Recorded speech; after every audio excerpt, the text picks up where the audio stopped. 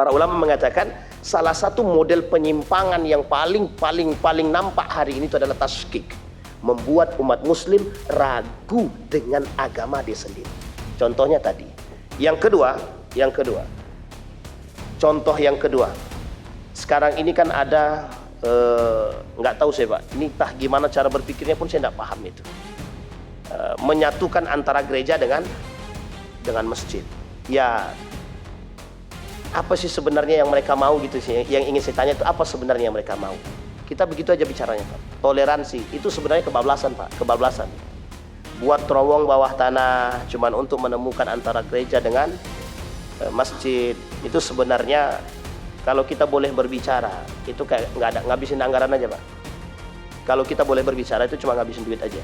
Pertanyaannya adalah lewat atas kan bisa, ngapain harus lewat bawah gitu? Kan nggak perlu harus sampai ke bawah kan gitu. Itu yang menjadi persoalan yang tidak disukai oleh kafir Quraisy ketika itu adalah banyaknya tradisi-tradisi mereka yang dihapus oleh Islam. Perbudakan, tidak adanya kaya dan si miskin. Itu jelas itu. Mabuk-mabukan diharamkan, khamar diharamkan, biduan diharamkan dan lain sebagainya. Banyak pengharaman itu banyak. Jadi tidak ada kasta, tidak ada ras di situ. Dengan datangnya Islam, oh kafir Quraisy tak mau. Karena sudah terbiasa. Ini poin pentingnya Pak, poin pentingnya. Pembiasaan. Sesuatu yang terbiasa, itu kalau ada yang merubah, mesti tidak terima. Mesti tidak terima. Sama istilahnya dengan di tempat kita juga begitu. Orang yang sudah sangat-sangat sering baca Yasin setiap malam Jumat, tiba-tiba datang orang yang mengatakan haram, kafir, kan agak bertolak belakang nih gitu. Meskipun itu dunia perdebatan ikhtilaf gitu. Yang salah kan yang mewajibkan, yang tak wajib ya silahkan, yang tidak mewajibkan ya silahkan yang mau buat. Tapi persoalan itu kebiasaan, tradisi yang sudah dijalankan. Nah, ada yang tidak terima ketika digeser. Misal kita ganti tradisinya bukan Kamis malam, bukan Kamis malam Jumat, tapi kita ganti menjadi Rabu malam Kamis. Kalau Rabu malam Kamis ini dari dulu dibiasakan, maka tidak ada Kamis malam, yang ada Rabu malam. Sama istilah itu juga. Begitu juga orang kafir Quraisy sudah terbiasa dengan tahta, sudah biasa dengan tandu. Tandu itu maksudnya tempat duduk mereka singgasana yang diangkat oleh budak. Itu sudah biasa. Mereka sudah menikmati. Sudah ada perbedaan antara si kaya dan si miskin. Jadi pada saat itu konglomerasi itu jelas. Yang miskin gak mungkin kaya, yang kaya sulit untuk miskin. Nah, begitulah bahasanya. Artinya ketika itu Bapak Ibu sekalian yang berbahagia, tradisi ini sangat sulit bagi mereka jika harus dihapuskan untuk ditinggalkan. Nah, orang sekarang perbedaannya dengan dahulu itu. Orang sekarang sudah muslim tapi masih kayak jahiliyah gitu. Nah, jadi mereka lebih senang dipuji, diangkat, disanjung dan kaya. Nah, terlebih orang masyarakat Indonesia itu banyak pengen kaya instan gitu. Jadi pengennya kaya cepat gitu, tapi enggak mau proses. Sampai agama pun dijual gitu. Yang penting dapat duit. Nah, jual agama, duit dapat gitu. Kan paham Bapak Ibu maksud saya kan? Nah, ini poin penting begitu. Artinya kafir Quraisy, Yahudi, Nasrani ketika itu mereka menolak kebenaran agama. Yang terjadi pada saat itu adalah pembenaran. Nah, hari ini itu banyak istilah pembenaran bukan kebenaran. Jadi yang paling penting yang mereka ingin usung hari ini adalah bagaimana membenarkan bukan pembenaran bukan membenarkan. Bukan mencari kebenaran tapi mencari pembenaran dari sisi yang lain. Sekarang kita lihat dari sisi berbagai macam arah sama. Nah, kita lihat dari sisi agama. Di dalam sisi agama itu banyak kelompok-kelompok yang muncul hari ini dengan model-model. Ada yang membawa kelompoknya, ada yang fanatik yang berlebihan dan lain sebagainya. Mati-matian pun mereka sesat pun tetap dia percaya kami bertabaruk dengan kiai kami. Meskipun itu sesat tetap juga. Kenapa?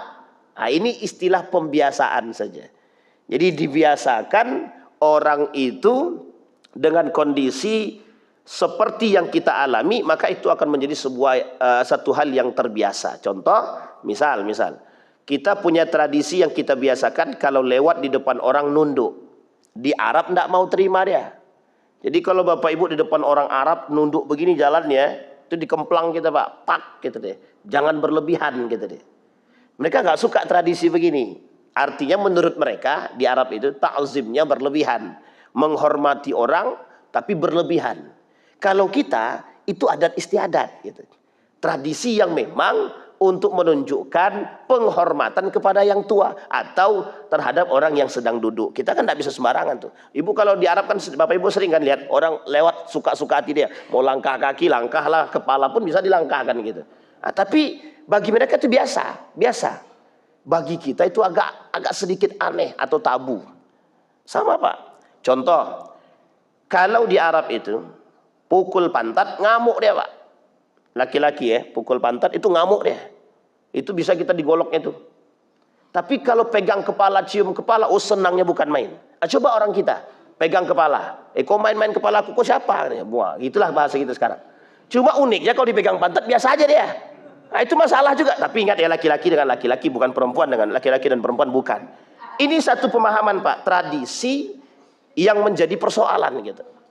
Jadi apa masalahnya? Pembiasaan. Sama dengan Isra Mi'raj Pak. Isra Mi'raj itu begitu. Karena pada saat itu sesuatu yang luar biasa itu tidak pernah mereka temukan, jadi menjadi sesuatu yang tidak bisa diterima oleh akal.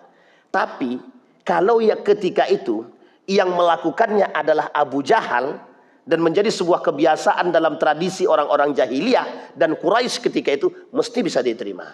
Begitulah bahasanya. Karena tidak ada pembiasaan dan ini hanya masalah waktu saja. Waktunya apa? Ketika semua orang mulai mengakui dan membiasakan tradisi tersebut, maka biasa. Contoh. Kita ambil contoh. Ibnu Taimiyah itu pernah mengalami satu cerita yang sifatnya karomah. Tapi ini aneh bagi satu kelompok. Karomah ya, karomah itu aneh.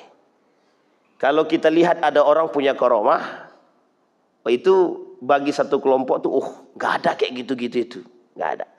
Saya cerita sama Bapak Ibu, mungkin enggak ada orang bisa berjalan di atas air? Mungkin apa tidak? Mungkin Pak. Mungkin apa tak mungkin sekarang nih? Abang percaya apa tidak? Mungkin apa tak mungkin Bapak Ibu? Mungkin apa tak mungkin? Yang pernah bertemu lah, yang pernah bertemu, yang pernah melihat itu, nggak ada kan? Sehingga ada dua kemungkinan. Bapak Ibu bisa bilang percaya karena ada mungkin obrolan turun-temurun. Satu. Yang kedua, ada orang yang tidak percaya karena kami nggak melihat Ustaz. Sama, begitu dia. Kasus Isra Mi'raj itu kan begitu. Kami nggak lihat. Tapi kalau mereka melihat, bisa jadi mereka iya kan. Itu poin pentingnya. Sehingga ketika mereka tidak melihat, ya mereka nggak bisa mengatakan iya. Dan salahkah? Sebenarnya tak salah. Cuma yang salah di situ adalah karena Abu Lahab itu pengen sekali menjatuhkan Muhammad, disitulah istilahnya. Jadi dia bahagia sekali seolah-olah dia menang. Tidak akan ada yang percaya kepada engkau Muhammad, habislah engkau. Itu kan harapannya. Ternyata promosi Abu Bakar lebih tinggi. Ternyata Abu Bakar memiliki iman yang kencang dan tinggi dalam mempromosikan keimanan tersebut. Jadi Bapak Ibu, andai kata ketika itu Abu Bakar tidak percaya, maka habislah Muhammad. Bisa dipahami ya? Tapi begitulah cara Allah menjaga. Artinya Bapak Ibu, tradisi pembiasaan seperti ini, sesuatu yang luar biasa itu bisa terbiasa kalau sering kita temukan. Kalau tidak sering kita temukan, ya tidak biasa. Bahkan itu sesuatu yang aneh. Nah, itulah istilahnya Bapak Ibu. Kembali kepada poin kita tadi. Nah, orang-orang kafir Quraisy jahiliyah ini punya tradisi seperti itu. Mereka tidak suka dihapus perbudakannya. Minum khamar diharamkan, mereka nggak terima. Perempuan tidak boleh joget pakaian-pakaian seksi, mereka nggak terima. Musik dihidupkan berlebihan, mereka tidak terima. Semua tidak terima dia, karena ini tradisi dia yang memang biasa mereka lakukan. Nah, datang Muhammad, datang baginda Nabi membawa risalah, menghapus tradisi-tradisi ini. Otomatis mereka nggak terima. Disinilah rentetan pertamanya mengapa ini bisa terjadi, mengapa Isra Mi'raj bisa ditolak. Itu rentetan pertamanya. Sama kalau seandainya Nabi Muhammad, asalnya Muhammad ini adalah orang yang sangat terpercaya. Ketika Nabi Muhammad sebelum membawa risalah, semua orang tunduk dan patuh dengan perkataannya. Semuanya. Bahkan meletakkan Hajar Aswad saja, itu Nabi Muhammad bisa mengumpulkan 4 kabilah. Jadi 4 kabilah itu didamaikan oleh seorang pemuda bernama Muhammad. Hanya untuk meletakkan Hajar Aswad. Artinya sebelum Islam datang. Sebelum risalah itu datang. Bisa dipahami ya? Sebelum risalah datang. Tapi setelah risalah itu datang, semua menolak. Kenapa menolak? Karena bukan dari kabilah-kabilah mereka. Tapi kalau dari kabilah mereka, kira-kira mereka terima nggak? Sama Pak. Kita kan begitu juga karakter kita. Kalau yang dipilih itu dari golongan kita, mati-matian. Mau penipu dia kita tetap pilih. Dia keluarga aku kata dia. Maupun penipu dia kita tetap pilih kan. Itu salah satu sisi Pak. Oh, kenapa kau pilih dia? Kebetulan kami satu kampung. Kebetulan kenal tidak, belum pernah ketemu. Kebetulan satu kampung, tetap dipilih. Ini sebenarnya nalurikah atau fitrahkah? Nalurikah atau fitrahkah? Sama kan? Kondisinya. Kenapa orang Quraisy juga begitu? Ya sama. Dari dulu sudah ada hal seperti ini. Maka ketika itu naiknya Nabi Muhammad SAW atau dibaiatnya Nabi sebagai seorang Nabi, ini lebih berkesan bagi mereka karena telah menolak ajaran nenek moyang. Padahal tidak. Kalau dikembalikan pada ajaran nenek moyang sebelumnya dari Nabi Adam sampai Nabi Isa, sama tradisinya Pak. Sama, hanya saja perbedaannya terletak pada tambahan syariat dan terletak pada model sholatnya. Syariatnya. Jadi sholatnya pakai gerak. Pada masa dahulu sholat tidak pakai gerak. Cukup duduk, ada yang sujud, ada yang cuma duduk berdoa. Nabi Yusuf alaihissalam itu sholatnya duduk, kemudian berdoa. Itu Nabi Yusuf. Nabi Adam alaihissalam cukup duduk, selesai.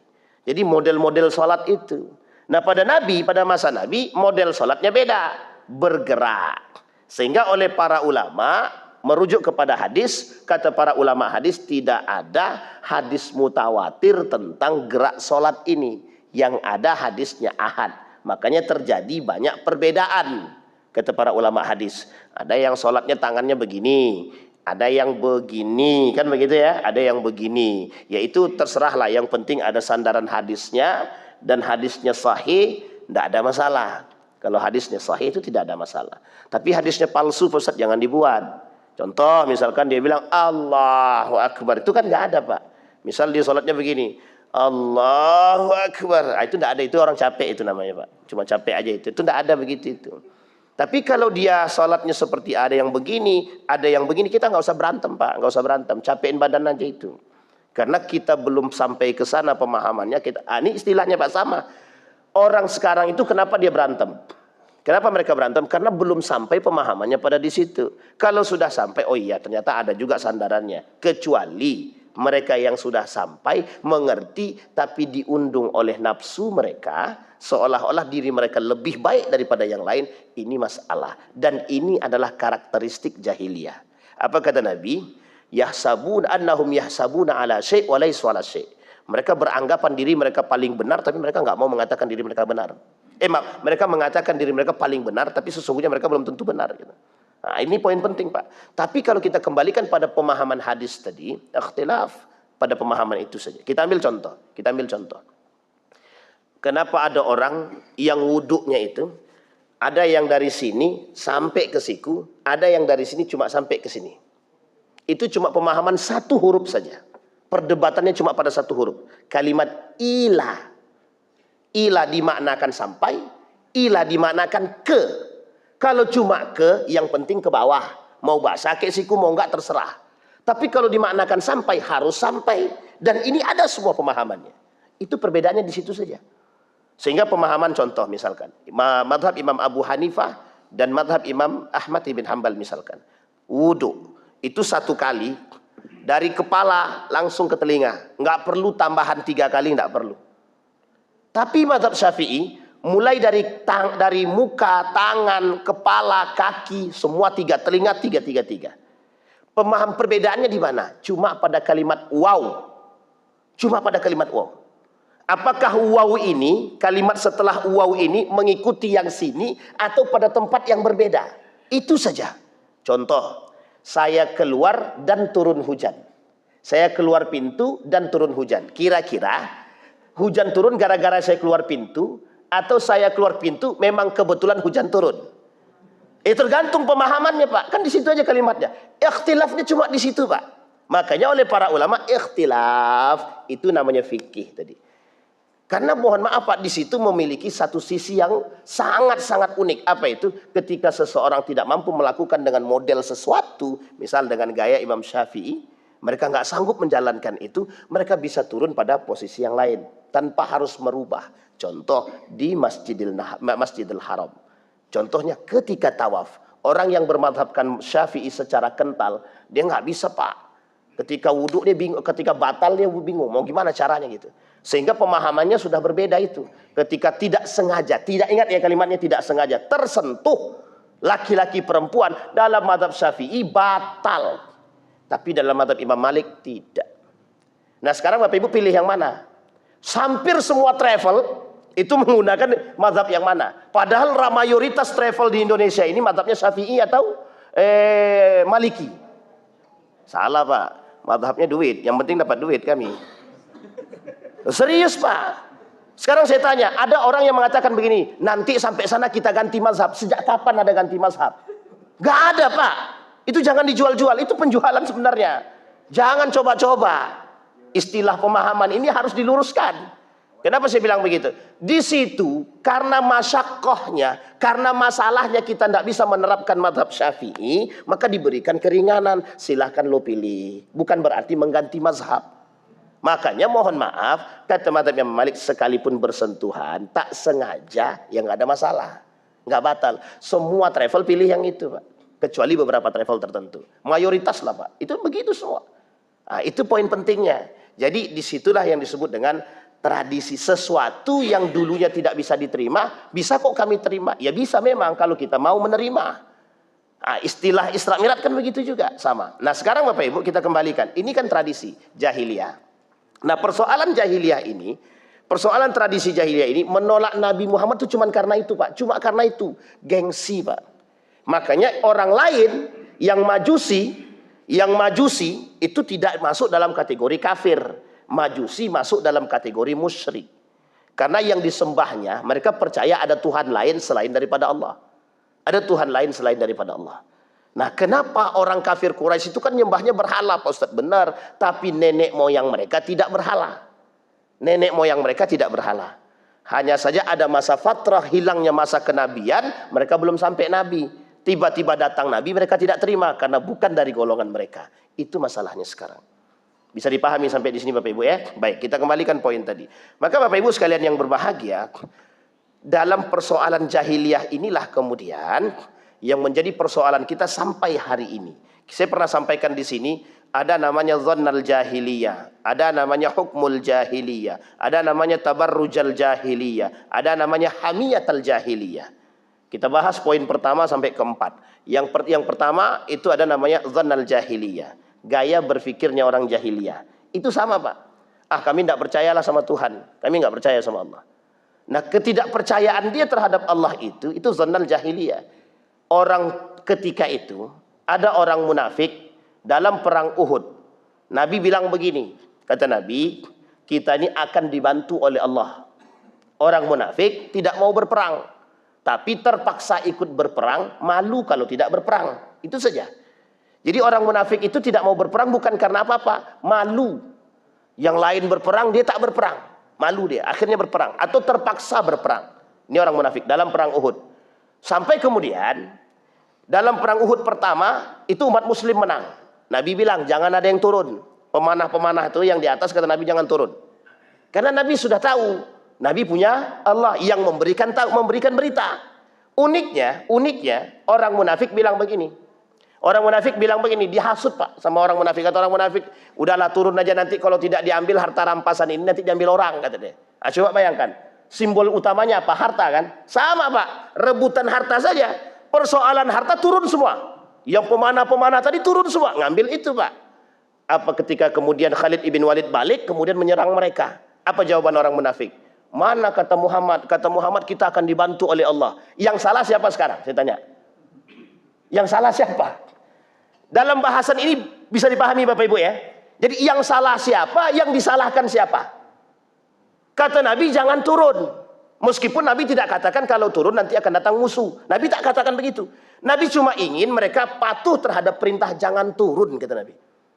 Tapi karena hasutan munafik tadi, cara dia menghasut itu mudah. Cara dia mengajak itu mudah. Itu ada harta. Kalau tidak diambil, diambil orang. Pilih mana? Takut kehilangan harta tadi, turun Pak. Sebenarnya orang-orang pemanah ini, mereka masih patuh dengan Nabi.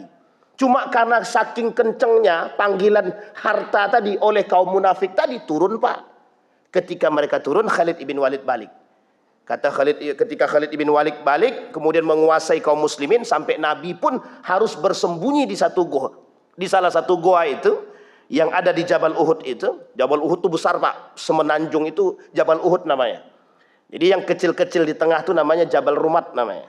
Di menanjung yang besar itu yang disebut dengan Jabal Uhud, Gunung Uhud itu di situ.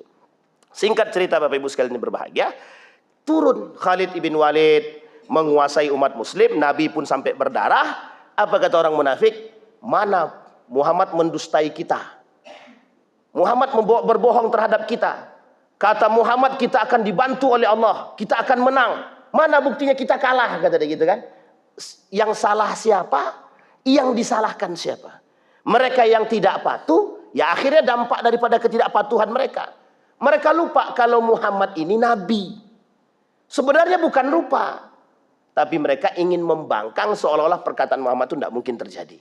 Padahal perkataan Nabi selalu terjadi. Nah inilah kemudian Bapak Ibu yang terjadi hari ini. Nabi bilang, ana mathalu rajulin. Kata Nabi, aku ini seperti seorang laki-laki, seorang pemuda. Istauqada nara, menghidupkan api. Kemudian datang binatang melata mendekati api. Kemudian kata Nabi, kata pemuda tersebut, ditariknya satu persatu. Ditarik satu persatu Pak. Jadi binatang melata tadi yang mendekati api tadi ditarik satu-satu. Siapa yang menarik pemuda tadi? Nabi bilang, itulah permisalan aku, kata Nabi, terhadap umatnya. Aku bilang, kata Nabi, jangan kalian mendekati api neraka, tapi kalian dekat juga, kata Nabi. Tapi karena di api neraka tadi, di api tadi banyak Pak yang mereka harapkan. Di situ ada harta, di situ ada wanita, di situ ada tahta, semua nampak di situ. Dan nampaknya seperti fata morgana. Dari jauh nampak harta, didekatin ternyata hanya api. Dalam bayangan itu begitu. Sehingga orang berbondong-bondong mendekati api. Bayangkan, seorang pemuda menarik satu-satu. Tapi karena saking banyaknya, ya udah silahkanlah. Tidak sanggup Nabi narik satu-satu. Istilahnya begini, kata Nabi, kelak di akhir zaman itu, kata Nabi, akan banyak orang-orang yang menyimpang daripada agama. Nabi sudah kasih tahu jalan yang benar tuh begini. Berpegang teguhlah kalian dengan Al-Quran dan Sunnah, jelas itu.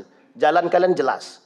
Kalau Nabi bilang, jangan jadikan orang kafir sebagai pemimpin, kata Allah dalam Al-Quran. Ya kita jadikan juga.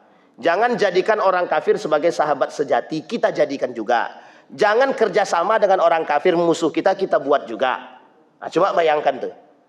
Ini unik Pak, unik sangat. Jangan kita itu terlalu dekat dengan orang kafir, juga nggak boleh. Tapi orang kafir yang memusuhi kita. Makanya istilah kafir ini, di dalam pemahaman para ulama, setidaknya, itu ada dua, setidaknya. Dia meskipun ada yang beberapa yang membagi, ada yang tiga. Nah setidaknya kita bahas ada dua. Satu kafir harbi, satu kafir zimmi. Kafir harbi itu orang kafir yang memerangi kita. Kafir zimmi itu orang kafir yang berada dalam tanggungan. Contoh seperti kaum-kaum yang dulu berada di bawah tanggungan baginda Nabi Muhammad SAW sebagai seorang khalifah di Madinah. Nah di Madinah itu tidak semuanya muslim. Yang muslim itu muhajirin dan ansor dan munafik. Itu muslim.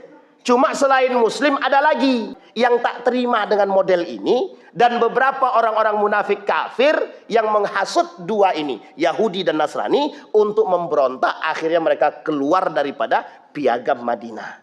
Termasuklah salah satunya munafik dari sisi muslim dan munafik dari sisi kafir. Kerjasama dia hanya untuk menyingkirkan baginda Nabi Muhammad SAW. Sekarang begitu. Mazhab fikihnya ada 4. ada Syafi'i, ada Imam Abu Hanifah, ada Maliki, ada Imam Syafi'i, ada Imam Ahmad ibn Hanbal. Hambali, Syafi'i, Maliki, Hanafi. 4. Meskipun mazhab itu banyak, tidak 4. Mazhab itu banyak. Kalau Bapak Ibu berangkat ke Oman, itu mazhabnya beda lagi. Beda lagi mazhabnya, tidak ada yang 4 itu. Ada beda lagi nama mazhab, saya lupa itu. Kebetulan waktu itu saya di situ, kok aneh ini? Ya nggak apa-apa. Karena ada perbedaan. Mereka lebih mengusung perdamaian. Jadi tinggalkan perbedaan, yang penting kita harus tetap damai. Nah, ini dia bahasanya Pak di sana itu begitu. Nah, kembali kepada poin tadi Bapak Ibu. Jadi ketika dalam piagam Madinah mereka sudah bubar semua, ini bersatu nih Pak. Munafik orang kafir, munafiknya orang muslim bersatu. Hanya untuk menyingkirkan Nabi. Sekarang begitu. Orang sekarang begitu. Contoh, kita ambil contoh. Islam ini kan sudah benar baik-baik aja Pak. Pada masa dulu, dari dulu sampai sekarang Islam tuh baik-baik aja Pak. Ya'lu wa la yu'la alaih. Di gimana pun Islam tuh nggak akan rusak Pak. Islamnya nggak rusak, kitanya yang rusak. Bisa dipahami Pak ya? Artinya Islam ini di otak-atik bagaimanapun dia nggak akan runtuh Pak. Karena ini agamanya Allah. Agamanya Allah nggak akan runtuh Pak. Yang runtuh tuh kita. Memang karena kita runtuh, jadi kita nggak. Islam itu tidak ada pengikutnya. Artinya minim pengikutnya. Kalaupun banyak pengikutnya, tapi mereka mohon maaf sinkritisme, mencampur adukkan pemahamannya. Bisa dipahami ya Bapak Ibu? Kita ambil contoh. Kita ambil contoh. Sekarang itu zaman Nabi tidak ada zaman Nabi tidak ada istilah menyatukan antara gereja dengan masjid, itu tidak ada. Tidak ada Pak. Sejak kapan ada Nabi buat? Jangankan Nabi, pada masa Umar bin Khattab saja. Kita ambil pada masa Umar bin Khattab. Ketika Umar bin Khattab menaklukkan Palestina, ya, ada ndak Umar bin Khattab itu sholat di dalam gereja? Tidak Pak. Umar bin Khattab sholatnya di mana? Di luar. Kenapa Umar bin Khattab sholatnya di luar? Kalau sholat di dalam, nanti diratakan oleh muslim di gereja sekalian. Berubah jadi masjid. Itu logika Umar bin Khattab. Kalau seandainya Umar bin Khattab sholat di dalam gereja, besok gereja itu habis diganti jadi masjid. Kira-kira toleransi nggak tuh? Itu saking tingginya Pak toleransinya Pak. Saking tingginya toleransinya, Umar paham karakter umat muslim ini itu lagi senang jihad. Jadi kalau macam-macam dihabisin semua. Artinya ketika itu kata Umar, kalau aku sholat di situ, yakinlah kelak gereja ini hilang. Artinya dihabisi, bakal jadi tempat sholat. Akhirnya di mana Umar bin Khattab sholat? Di depan gereja. Umar bin Khattab sholat di depan gereja. Ini sholat di depan gereja nih Umar bin Khattab. Ya kan? Ketika Umar bin Khattab sholat di depan gereja, disitulah oleh para pendeta-pendeta ini pada masanya dijadikanlah masjid yang bernama Umar bin Khattab. Uniknya tidak ada terowong di situ. Tidak ada terowong tembus antara gereja dengan masjid. Tidak ada. Bisa dipahami Pak ya? Ini bahasa dalam perang pemikiran. Ada 4 metode. Jadi 4 metode penyimpangan akidah. 4 metode kerusakan gaya berpikir. 1 diantaranya tashkik. Tashkik itu apa? Membuat umat muslim ini ragu dengan agama dia sendiri. Kita ambil contoh. Kita ini sudah kuat dengan agama kita misalkan. Nah, bagaimana caranya biar kita ini ragu dengan agama? Caranya adalah benarkan yang salah, salahkan yang benar. Oh, itu terlalu frontal. Kalau membenarkan yang salah, menyalahkan yang benar secara langsung, itu frontal Pak. Sangat frontal. Contoh, kita bilang, oh itu hancurkan gereja itu. Frontal nggak Pak? Di negara Republik Indonesia frontal nggak? Kalau ada Bapak Ibu yang datang ke gereja langsung menghancurkan gereja, kira-kira dianggap apa itu? Yakin saya dianggap teroris itu. Mesti itu Pak. Atau intoleran. Mesti begitu. Tapi tidak begitu caranya. Caranya adalah dibuat dulu dia ragu-ragu. Kira-kira benar ndak ya? Boleh ndak ya? Kita bangun, boleh ndak ya kira-kira umat muslim pakai bajunya orang Nasrani misalkan. Boleh ndak? Kan cuma pakaian aja, dibuat ragu dulu nih. Ya, enggak apa-apa, cuma pakaian aja. Kok enggak pakaian kan enggak ada hukumnya. Bisa dipahami Bapak Ibu. Akhirnya kita pakai nih. Ketika kita pakai, tidak ada yang protes. Tidak ada yang ngomel. Karena tidak semua umat ini paham dengan agama secara baik gitu maksud saya. Artinya tidak semua kita ini paham agama itu detail. Sampai fikih-fikihnya kita mengerti secara detail kan tidak. Ini logika berpikir ya Pak. Sehingga Bapak Ibu, caranya adalah dipakai dulu. Kalau ada yang protes, berarti tandanya nggak boleh. Tapi kalau tidak ada yang protes, berarti boleh. Padahal tidak ada yang protes belum tentu tidak boleh. Bisa dipahami ya? Bisa dipahami Bapak Ibu? Jadi belum tentu tidak boleh. Tapi yang terjadi itu dipakai dulu. Kalau tidak ada yang protes, berarti aman. Akhirnya apa yang terjadi? Tidak banyak yang protes. Kenapa tidak banyak yang protes? Karena tidak banyak yang mengerti ilmu fikih secara jelas. Dan tidak banyak yang paham hadis Nabi secara detail. Singkat cerita, dianggap biasa. Akhirnya yang terjadi apa? Biasa kok kami pakai pakaian begitu. Bisa dipahami Bapak Ibu ya? Ini poin penting Pak. Kita ambil contoh. Ada muslim, sangat muslim, banyak orang-orang muslim itu yang memasang jimat di dalam toko-toko mereka. Tapi jimatnya tidak bertuliskan la ilaha illallah atau apalah, tidak. Cuma jimatnya itu pakai model begini. Tahu Bapak Ibu ya? Ya nggak usah terlalu detail-detail betul lah kan begitu. Jadi paham Bapak? Pertanyaan saya, kira-kira pahamnya dia apa? Kalau kami pakai itu adalah keberuntungan Ustaz. Sekarang saya tanya, betulkah dalam sisi agama kita itu menjadi sebuah keberuntungan? Sekarang saya tanya, ada enggak yang protes? Enggak ada Pak. Karena kita mau protes itu kita sudah disandingkan dulu. Disandingkan dulu dengan satu undang-undang. Disandingkan dulu dengan satu pemahaman hak setiap orang. Jadi kita nggak bisa ganggu hak orang lain. Toko-toko saya, mau saya pakai gimana pun itu urusan saya. Mau saya menyimpang atau tidak itu urusan saya. Sehingga mohon maaf Pak, orang hari ini ketika ingin menasihati, maaf Pak itu syirik. Dijawab sama tukang tokonya, ini toko siapa? Toko Anda apa toko saya? Sekarang saya tanya Bapak Ibu, sudah pernah terjadi pada masa Nabi? Sudah. Ketika seorang pemuda jualan, melakukan kerusakan dalam timbangan, dia tipu orang dalam timbangan. Dijawab sama pemuda tadi, pada seorang sahabat bilang begini, ente itu sudah melakukan penipuan. Apa jawaban tukang pedagang tadi? Kata dia, jangan kau campuri urusanku. Ini urusanku, dagangan aku.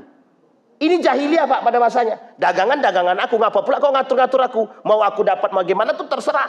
Dijawab lagi sama pemuda tadi, di dalam Islam itu wailul lil mutaffifin. Celaka, masuk neraka. Digitukan Pak. Dia diam aja dia. Urus sajalah dirimu sendiri kata dia. Begitulah orang sekarang. Jadi mohon maaf Pak, kita tidak bisa masuk secara mendalam, tapi kita cuma bisa mengingatkan. Itu pun hanya yang paham yang mengingatkan. Itu pun kalau yang diingatkan. Ada orang paham tidak mau mengingatkan, ada orang paham diam aja. Sedikit di antara orang yang mengerti yang mau mengingatkan. Itu contohnya. Bisa dipahami Pak ya? Jelas Pak, syirik apa tak syirik? Syirik apa tak syirik? Syirik Pak, tapi kan dianggap biasa itu. Sama istilah dengan pakaian tadi. Nabi bilang dalam hadisnya. Kata Nabi di dalam hadis itu, bukan dari golongan kami, laisa minna man yalbas. Bukan dari golongan kami, dari orang-orang yang berpakaian yang tidak selayaknya berpakaian. Artinya begini, kata Nabi, kalau ada orang-orang yang berpakaian menyerupai orang-orang Nasrani, bukan dari golongan kami, kata Nabi. Ya, tapi kan kita anggap, kan cuma sekedar pakaian biasa aja. Bapak Ibu lihat ketika kemarin itu ya, 25 ke atas itu, banyak sekali toko-toko meskipun yang punya dan muslim, ada lambang-lambangnya di situ. Bahasa mereka apa? Sederhana, toleransi. Toleransi. Yang kedua, hak asasi toko-toko kami apa pula Ustadz yang protes gitu. Itu yang kita tidak bisa masuk lebih dalam di situ, Pak. Kalau kita masuk lebih dalam, anggaplah sampai melakukan kerusakan, di situ dibahas Pak. Di dalam agama ada, di dalam undang-undang kita kena. Namanya penjarahan, tetap salah. Sekalipun dalam agama kita hanya mengingatkan dan berhala-berhala itu harus di bumi hanguskan, tapi dalam urusan kenegaraan kita nggak bisa semena-mena. Bisa dipahami sampai di sini? Jadi sebenarnya kita ini sedang dilema. Meluruskan sesuatu yang salah, tapi kalau salah meluruskannya kita masuk penjara. Ini yang nggak bisa. Makanya istilah itu ada payungnya sekarang. Apa payungnya? Setiap orang berhak memilih agama sesuai kepercayaan. Sekarang saya tanya, Itu kira-kira benar apa salah? Benar secara undang-undang. Tapi dalam agama kita salah enggak? Salah, Pak. Contoh, ada orang bolak-balik keluar Islam. Keluar masuk, keluar masuk, keluar masuk. Kalau kita bicarakan hak asasi, yaitu hak saya, Ustaz, kami kan mau memilih agama kan bebas. Sesuka hati kami, yang penting mana sesuai kepercayaan kami. Lah kok bisa begitu? Artinya akhirnya apa? Ya keluar masuk agama. Yang pertama. Yang kedua, dalam pemahaman agama kita, orang yang murtad itu hukumnya apa? Boleh Pak kita bunuh? Boleh. Boleh dibunuh. Itu dalam agama. Tidak dalam undang-undang. Saya tekanin Pak ya. Bukan dalam undang-undang. Tapi kalau dalam agama orang kafir itu boleh dibunuh. Murtad. Darahnya halal Pak. Salah satu di antara 3 yang boleh dibunuh kata Nabi.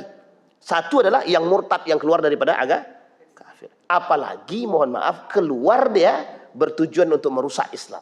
Wah itu lebih parah lagi itu. Darahnya bukan halal lagi, halal banget kan begitu. Nah, itu terjadi Pak, terjadi. Jadi di Indonesia ini, bukan di Indonesia, di negara, di dunia ini sudah banyak yang seperti itu. Disinilah poin penting kita. Makanya bahasanya para ulama mengatakan salah satu model penyimpangan yang paling nampak hari ini itu adalah tasykik. Membuat umat muslim ragu dengan agama dia sendiri. Contohnya tadi. Yang kedua.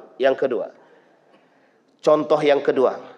Sekarang ini kan ada nggak tahu saya Pak. Ini entah gimana cara berpikirnya pun saya nggak paham itu. Menyatukan antara gereja dengan masjid. Ya, apa sih sebenarnya yang mereka mau gitu sih? Yang ingin saya tanya itu apa sebenarnya yang mereka mau? Kita begitu aja bicaranya Pak. Toleransi itu sebenarnya kebablasan Pak, kebablasan. Buat terowong bawah tanah cuman untuk menemukan antara gereja dengan masjid. Itu sebenarnya kalau kita boleh berbicara itu kayak ngabisin anggaran aja Pak. Kalau kita boleh berbicara itu cuma ngabisin duit aja. Pertanyaannya adalah lewat atas kan bisa, ngapain harus lewat bawah gitu loh. Kan nggak perlu harus sampai ke bawah kan gitu. Itu satu. Yang kedua, ngapain gitu loh. Yang ketiga, justru orang suzon. Nah, nanti kan yang disalahkan kalau kita suzon kan kita, ya harusnya maka jangan suzon gitu. Kita juga yang disalahin. Padahal yang menimbulkan suzon itu siapa? Sekarang ada yang kedua. Contoh yang lain. Bapak Ibu tahu KUHP ya? KUHP. Tentang KUHP, tentang siri dan poligami. Ini juga termasuk Pak salah satu poin yang harus kita hati-hatikan. Yang berbicara tentang agama itu harusnya yang pakar agama. Bukan yang tidak pakar agama. Poligami, nikah siri itu masuk dalam ranah agama. Lebih tepatnya dalam urusan fikih. Lebih tepatnya dalam urusan muamalah. Yang harusnya berbuat dan berbicara dan berfatwa adalah Majelis Ulama Indonesia. Ini poin penting. Nah, tapi salah satunya begitu. Kemudian contoh yang lain. Nikah beda agama. Kita bilang haram, Al-Quran bilang haram, mereka bilang halal gitu. Boleh, tak ada masalah gitu. Nah, kembali kepada pemahaman tadi, kata orang liberal, kafir itu sekarang tidak ada.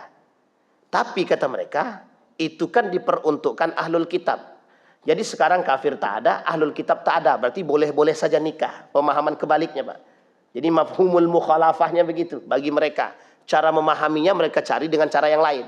Islam melarang nikah beda agama. Tapi dalam Al-Quran itu disebut, satu ahlul kitab, yang kedua kafir. Sekarang menurut mereka orang kafir itu tidak ada. Ahlul kitab tidak ada. Kalau ahlul kitab tidak ada, orang kafir tidak ada, berarti boleh dong nikah beda agama. Paham sampai di sini Pak ya? Kira-kira makin ragu apa tak ragu kita debatnya? Satu. Yang kedua kita kembalikan. Kalaupun ahlul kitab sekarang itu ada, diartikanlah ahlul kitab itu yang paham kitab. Kita anggap sekarang Injil. Ada nggak orang yang paham Injil sekarang? Banyak enggak perempuan-perempuan yang mengerti Injil? Banyak. Berarti boleh dia menikah dengan perempuan yang mengerti Injil. Kenapa? Yang disebut dengan ahlul kitab di situ adalah yang paham kitab. Nah, yang paham kitab itu yang mengerti isi kitab. Yang mengerti isi kitab itu yang mengamalkan isi kitab. Berarti kalaupun dia non-muslim, dia paham Injil, dia perempuan, dia boleh dinikahi. Bisa dipahami sampai di sini Pak? Ah, ini kan kacau. Maka kata Kiai Haji Khalil Nafis, tidak ada istilah ahlul kitab sekarang. Perbedaannya di mana? Nasrani dahulu dengan Nasrani sekarang berbeda. Jauh perbedaannya. Nah, kita nggak mau runut lebih nih Pak. Ini agak berbahaya, ini sensitif, agak sentimen. Kalau nggak ada ini saya sebutin semua deh Pak. Ini masalahnya orang-orang ini Pak. Masalahnya ini nih. Jadi Bapak Ibu, Perbedaannya di situ. Nah, sehingga kita sekarang ini dibuat seperti meragukan agama. Jadi kita ini seperti orang yang disuruh untuk ragu terhadap agama kita sendiri. Ketika ditanya, kira-kira benar nggak yang mereka lakukan? Dijawab, Pak, kalau kita bilang nggak benar. Tapi kata mereka, Ustadz aja buat kok gimana? Sekarang makin ragu apa tak ragu? Diperkuat oleh orang-orang yang mengerti agama. Inilah istilah kita. Dalam istilah Nabi dalam hadisnya itu du'atun ila abwabi jahannam. Jadi ada dai yang mengajak umat kepada neraka jahanam. Maksudnya kenapa kok neraka jahanam? Mengajak umat jadi kufur. Mengajak umat jadi ragu terhadap agama dia sendiri. Mengajak umat untuk bahasanya apa? Mengajak umat untuk ragu terhadap nilai-nilai agama. Makanya Bapak Ibu tidak usah heran kalau ke depan orang tidak kenal Al-Qur'an, itu biasa. Kalau ke depan Ibu tidak lihat jangan heran ketika melihat orang tidak sholat, itu biasa. Jadi ke depan kita melihat perempuan tidak pakai baju pun itu biasa. Ke depan kita melihat orang-orang yang biasa bernikah beda agama, satu atap beda agama, itu biasa. Ke depan itu biasa. Kenapa biasa? Karena itulah program pembiasaannya. Kenapa? Tradisi ini yang harus dibiasakan. Kembali kepada poin kita tadi di awal, membiasakan sesuatu yang tidak biasa. Pertanyaannya, apakah kelak sesuatu yang tidak terbiasa ini akan menjadi biasa? Iya. Kenapa? Karena diamnya orang yang mengerti. Yang kedua, tidak ada yang menegur. Yang ketiga, memang dibiasakan agar terbiasa. Pada akhirnya, semua orang yang melihat akan membenarkan yang dibuat. Betul apa tidak betul? Mesti begitu, Pak. Sama istilahnya begitu. Makanya sesuatu yang aneh bagi kita hari ini, kita ambil ya Bapak Ibu, di dalam tradisi kita. Isra Mi'raj ini, tradisi dari dulu. Dari zaman dulu orang selalu memperingati Isra Mi'raj. Di mana-mana kan. Ada yang pakai kemplang, bukan kemplang, pakai apa namanya? Pakai rebana, ada yang pakai kasidahan, ada dan lain sebagainya lah. Ini kan model saja, model. Tapi kan ini tradisi. Tapi Bapak Ibu, ketika satu kampung itu membuat itu, kira-kira terasa nikmat apa tidak? Semua merayakan atau melakukan peringatan Isra Mi'raj. Hidup suasana. Tiba-tiba pada satu tahun pemerintahnya bilang begini, tidak ada yang melakukan Isra Mi'raj. Kira-kira bagaimana? Ada enggak yang menentang? Ada, mesti. Cuma menentang, melawan tak bisa. Ya kan, melawan tidak bisa. Akhirnya apa? Pemaksaan. Tahun pertama. Tahun kedua, kata pemimpinnya, wah ini terlalu frontal kalau kita cut secara langsung. Takutnya mereka protes. Ya gini aja, sebagian tempat boleh, sebagian tidak. Paham maksud saya Bapak Ibu ya? Artinya apa? Menghilangkan tradisi ini itu tak bisa sekaligus, tapi harus perlahan. Tapi yakinlah ke depan tidak ada tradisi itu, tidak ada. Begitulah yang mereka lakukan hari ini untuk membuat kita ragu dengan agama kita sendiri. Makanya istilah Nabi, kelak tidak ada orang yang kenal dengan Islam kecuali tinggal nama Islam itu sendiri. Kelak orang tidak mengerti Al-Quran kecuali tinggal tulisan itu sendiri. Yang dimaksud oleh Nabi adalah itu dia, Pak. Makanya mohon maaf, sekarang ini banyak Bapak Ibu temukan aliran-aliran yang aneh-aneh. Yang aneh-aneh. Aneh-aneh pokoknya. Tidak sah sholatnya pakai ini itu. Jadi kalau sempat setiap kelompok mengisyaratkan sahnya sholat itu dengan pakaian, maka tidak salah sholat Bapak Ibu ini kalau tidak pakai merah putih. Kemudian Muhammadiyah bilang tidak sah sholatnya orang Muhammadiyah kalau tidak pakai peci lambangnya Muhammadiyah. Tidak sah kata orang NU, orang-orang yang sholat kalau tidak pakai baju yang tuliskan NU. Kalau sempat semua pakai syarat begini untuk mendapatkan sahnya sholat, rancu atau kacau? Dua-duanya, Pak. Rancu, kacau juga. Nah, adakah enggak? Sekarang pertanyaannya, apa yang menjadi tolak ukur mereka? Hadis Nabi kah? Bukan. Yang dijadikan sandaran apa? Akal. Yang kedua, apa yang dijadikan sandaran? Mohon maaf, Pak, mohon maaf. Apa nih, Pak? Dunia. Jadi agama pun dijual demi dunia. Makanya ada, ya saya bukan termasuk orang yang anti ya, tapi ya saya termasuk orang yang kurang suka saja kalau orang yang berlebihan. Masa ludahnya aja bisa berkah. Bapak Ibu, ludah saja mahal, 200.000. Sini saya ludahin Pak, enggak mungkin pula kan Pak. Ludah bisa 200.000 itu kan mahal Pak.